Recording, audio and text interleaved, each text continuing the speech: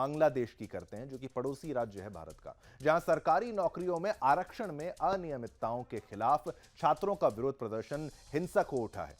हिंसा में अब तक कई लोगों की मौत हो चुकी है। वहीं ढाका यानी राजधानी में लाठियों और पत्थरों से लैस हजारों छात्र सशस्त्र पुलिस बलों से भिड़ गए। इस दौरान 2500 से अधिक लोग घायल भी हुए हैं। प्रदर्शन को दबाने के लिए कई स्थानों पर मोबाइल इंटरनेट सेवाओं को बंद कर दिया गया। चटगांव में राजमार्ग को अवरुद्ध करने वाले छात्रों पर पुलिस ने आंसू गैस के गोले भी छोड़े। बढ़ती हिंसा के कारण अधिकारियों को गुरुवार दोपहर से ढाका आने जाने वाली रेलवे सेवाओं के साथ साथ मेट्रो रेल सेवा को भी बंद करना पड़ा। लेकिन बांग्लादेश में जारी इस हिंसा पर वहां रह रहे भारतीयों के लिए जो खबर सामने आई है वो आपको भी देखनी चाहिए। इसी पर देखिए हमारी एक खास रिपोर्ट और मामले की गंभीरता को समझिएगा।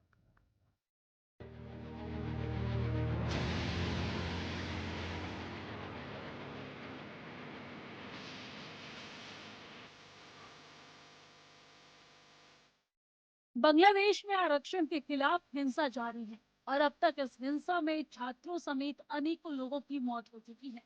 बांग्लादेश में जारी इस भयानक हिंसा में प्रदर्शनकारियों ने ढाका स्थित सरकारी टीवी मुख्यालय को आग लगा दी और मुख्यालय में खड़ी कई गाड़ियों को भी तबाह कर दिया।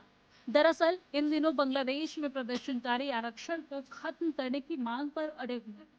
वहीं शेख हसीना सरकार ने हिंसा को देखते हुए देश के सभी स्कूलों और विश्वविद्यालयों को अनिश्चितकाल के लिए बंद करने का आदेश दिया। साथ ही हालात को काबू करने के लिए सुरक्षा के कड़े इंतजाम करने के निर्देश भी दिए हैं। बांग्लादेश को साल 1971 में आजादी मिली थी। आजादी के बाद से ही बांग्लादेश में आरक्षण व्यवस्था लागू है। इसके तहत स्वतंत्रता सेनानियों के बच्चों को 30%, देश के पिछड़े जिले के युवाओं को 10%, महिलाओं को 10%, अल्पसंख्यकों को 5% और दिव्यांगों के लिए 1% आरक्षण का प्रावधान था।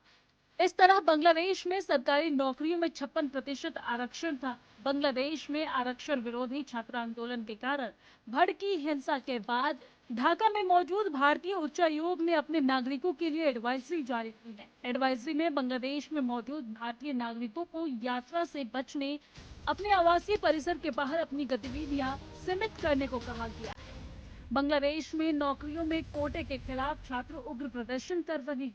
गुरुवार को प्रदर्शनकारियों ने बांग्लादेश बंद का आह्वान किया, जिस पर भारतीय दूतावास ने बांग्लादेश में चल रही स्थिति को देखते हुए बांग्लादेश में रहने वाले भारतीय समुदाय के सदस्यों और छात्रों को यात्रा से बचने और अपने आवासीय परिसर से बाहर कम से कम आने जाने की सलाह दी।